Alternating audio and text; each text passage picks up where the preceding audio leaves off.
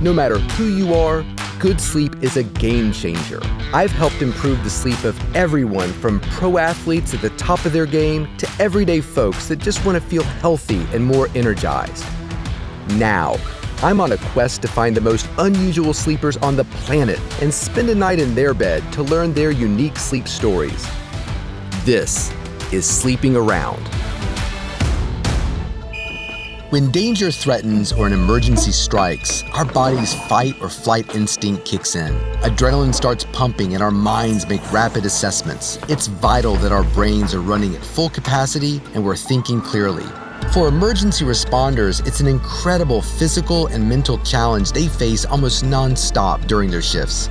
So how do they manage their sleep in constant disruption, facing life or death situations that depend on their ability to stay rested and sharp? A city never sleeps, but the people who protect it have to. We're at the Fort Worth Fire Department, Station 17, to find out how these firefighters have learned to be at their physical and mental best at a moment's notice. You know, sleep is critical to the mission of these firefighters. So today and through the night, we're going to find out what they've learned in terms of making sleep a priority in a very unpredictable environment.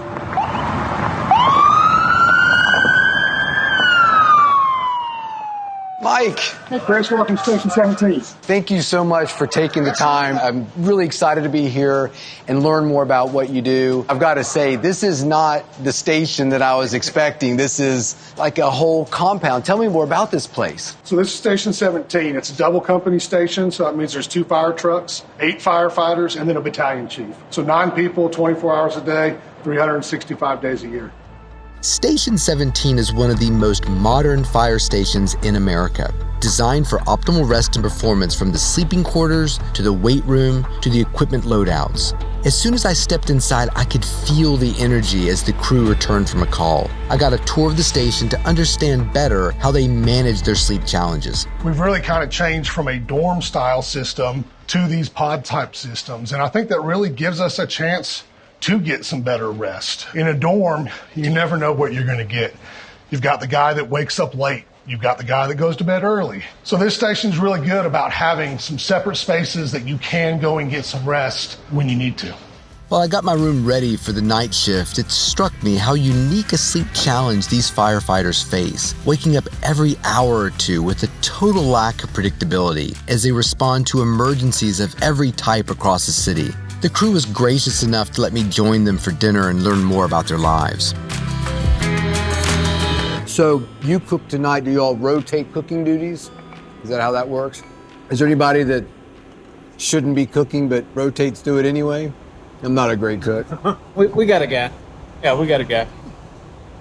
I mean, do you ever have situations where you're just, I'm not gonna go to bed, it's not gonna happen, I know I'm just gonna get called out, and then 4 hours later you're like, well, damn it, I could have gotten 4 hours all of the sleep. time. Yeah, all the time. It's definitely nice where you end up out here sleeping in a recliner because you get up so much. Thinking about the culture of the 17th and all these other places is really important. You know, are you allowed to struggle with your sleep? And if so, what mechanisms are there to get help for it? You know what I mean? We'll tease each other about just lighthearted teasing, not anything that'll hold them to the grill or anything. But as an officer or somebody that's in charge, you know, you got to be responsible for them not being able to finish off a shift or not being able to assist. So you have to make accommodations, but it's been so few. Yeah, but you might have a conversation with them. Oh, for sure you would. If you saw performance drop, and it's something you can see what's going on and see what, you know, make sure they're okay. Yeah. And make sure they don't need any help with anything or whatever. Even if you go over there and lay down in that recliner, which most of these guys do every day, but when the tone goes off, everybody gets up and goes. So when the work has to be done, they get up and go. Yeah. So there's no shame in that, really. Yeah. We shame each other for lots of things that we can't talk about. But sleep isn't really one of them. We can talk about it later when the camera. It was clear the dinner table was a place to share experiences and build squad camaraderie, but it's also important to keep things light when you have this level of intensity in your job. You gotta stay sharp. Like, there's always something.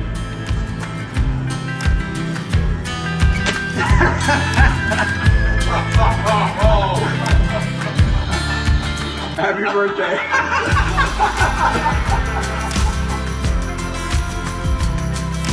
We started to wind down for bedtime, prepared for whatever the night would bring.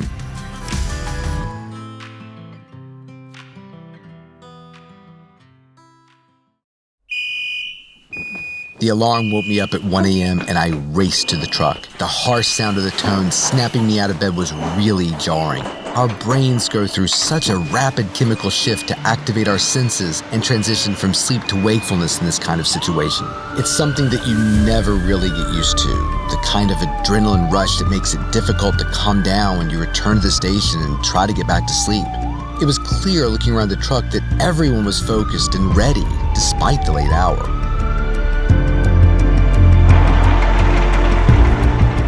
There was a potential overdose. We got here with the ambulance. We went in and assessed the situation. She ended up taking some pills and just felt dizzy after she took them. So we were able to identify the medications she took, figure out sort of potential interactions, and we're working to get things stabilized right now.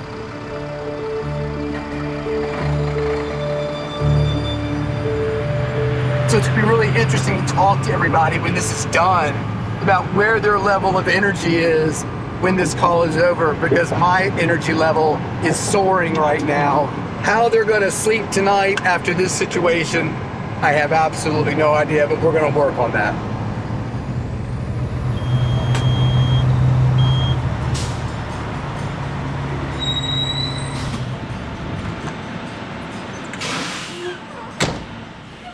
When we got back from this past call, I was told that after 10 o'clock, the tradition is to use the elevator to get upstairs instead of the stairs because they're really working on trying to calm themselves down. So we talk all the time about it's not a great idea to exercise before you go to bed. And there's a lot of stairs to take you from the first floor to the second floor of the fire station because the bays are so tall for the trucks. So they're really doing what they can to kind of settle themselves after these calls to get ready for bed.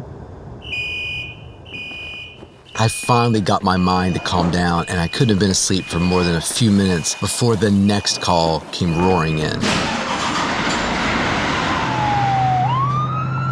We arrived at the parking lot of a fast food restaurant where someone was having a seizure. The crew treated the patient on scene, and an ambulance rushed him to the hospital. Once a patient is taken in for care, the firefighters have to move on and usually don't end up hearing about the patient and their outcome. It's a tough weight to bear, call after call. It was like this all night. Find a moment of sleep before another call comes in. The crew would come back, settle down, maybe doze off in a recliner. That's typical for this station and others around the country. But you can't really get the deep rest that comes when your body moves through the stages of sleep naturally. With a mixture of adrenaline and uncertainty of waiting for the next call, it was a night of extremely broken sleep. So it's 6:45, we're just back from another run. This last run was chest pain, shortness of breath. You know, and speaking of the heart, it's amazing how your heart rate becomes elevated. So it's really a shock to hear that siren kind of go off and the announcement of what's happening in the night. To kind of settle after that is not an easy task for sure. And these guys work on that to help themselves kind of settle quickly to get themselves ready to go back to bed. So that was an intense night. We were busy. It is quite something to be awakened by that sound multiple times during the night. You know, there was a definite change as the evening went on where the station here got much more quiet. Even on the calls, you know, everybody come screaming down the pole, get in the engine and take off. Just the chatter in the engine as we went to the call was very different. It was almost like they were prepping themselves to not get that elevated so they would be able to come back and get to sleep. So they got all these little tricks and methods for these late night calls, trying to keep themselves more ready to sleep. How would you have rated last night? Walk in the park. Walk in the park? Yes, for sure. How'd you sleep last night? Good. Yeah, a couple hours I got were great. Yeah. Right here, man. Coffee. So what does your rhythm look like in terms of leaving here and heading home? So, gotta go help my in-laws with a couple things and then do some stuff around the house that we need done. And before I know it, kids will be home at 3 o'clock. So, I only nap whenever I notice that my speech is slurring, whenever I'm talking to my wife and I can't complete my sentences, and she's like, just go to bed. Yeah. And when do you come back? When's your next shift? My next shift is Thursday morning, 6:45, 7 o'clock. This is Tuesday, right? Yes, sir. I'm a little confused. Yeah. Oh, yeah. That night hit hard. Yes. I'm glad you thought it was easy. This squad pushes their bodies to the limit, and it's become second nature to find time to work in sleep between calls and find ways to make it up later. This kind of ongoing challenge is something the Fort Worth Fire Department has really worked to improve, and that starts at the top. Hey, Chris, this is Chief Davis. Good morning. Morning, Chris. Welcome. Fort Worth Fire Chief Jim Davis has over 35 years of fire department experience and a master's degree in operational excellence and process improvement. He's spent a lot of time thinking about the sleep, safety, and performance of his firefighters and how to ensure they're at their best to protect the community. As somebody who's been in the firefighting service for a long time, how you've seen that culture change as it relates to sleep and recovery. So I remember 30 years ago, a little over 30 years ago when I started, there was policies and divisional rules specifically spoke to the fact that you could not be in a position of rest until after dinner, and you couldn't be asleep until 10 p.m. So you're not allowed to sleep No. until 10 o'clock. There were rules and policies on that, and I remember how ridiculous that was. It's one of those things that you think about that when I'm the chief, it's going to be different. And so I take it very personal here. I believe my first and foremost responsibility is to afford people to go home safe at the end of the shift. It's a zero tolerance issue with me. Yeah. And I believe that rest and fatigue factor are part of that. That culture that you've established here of valuing not only sleep, but just rest in a quiet environment and comfortable chairs where you could stretch back and close your eyes. But that culture here was very much of when there were opportunities to rest, they took advantage of them. So that cultural piece that you've brought in here, I think is really important for, over the lifetime of a firefighter, I think. Right, and this truck is an example, like you pointed out, you push this truck and you don't provide the preventive maintenance you need, this truck's gonna break. But, using that same mentality, we try to teach that your brain's a muscle and your brain needs that same rest and recovery that your, shoulders need, that your legs need. But you don't necessarily see the benefits of brain recovery from a rest and fatigue factor. Especially in a short period of time. I mean, this is something you'd measure almost over a career, and the amount of learning that we've got about how you handle sleep and recovery professionally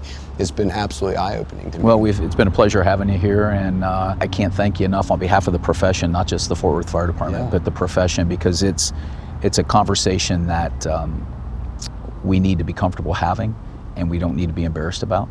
So any attention that can be brought to it from a evidence-based and scientific approach to demonstrate the value, we're all in. There's so many takeaway lessons from an experience like this. What I'm really struck by is the importance of maximizing those small changes. A resting period here, an exercise period, and some outdoor exposure there, over time can make a huge difference. And for looking at individuals who are public servants and taking care of other people, it's really important to practice that kind of self-care because it makes a big difference in your own capacity to take care of others, but also to maximize and protect your own health. Until next time, get some sleep.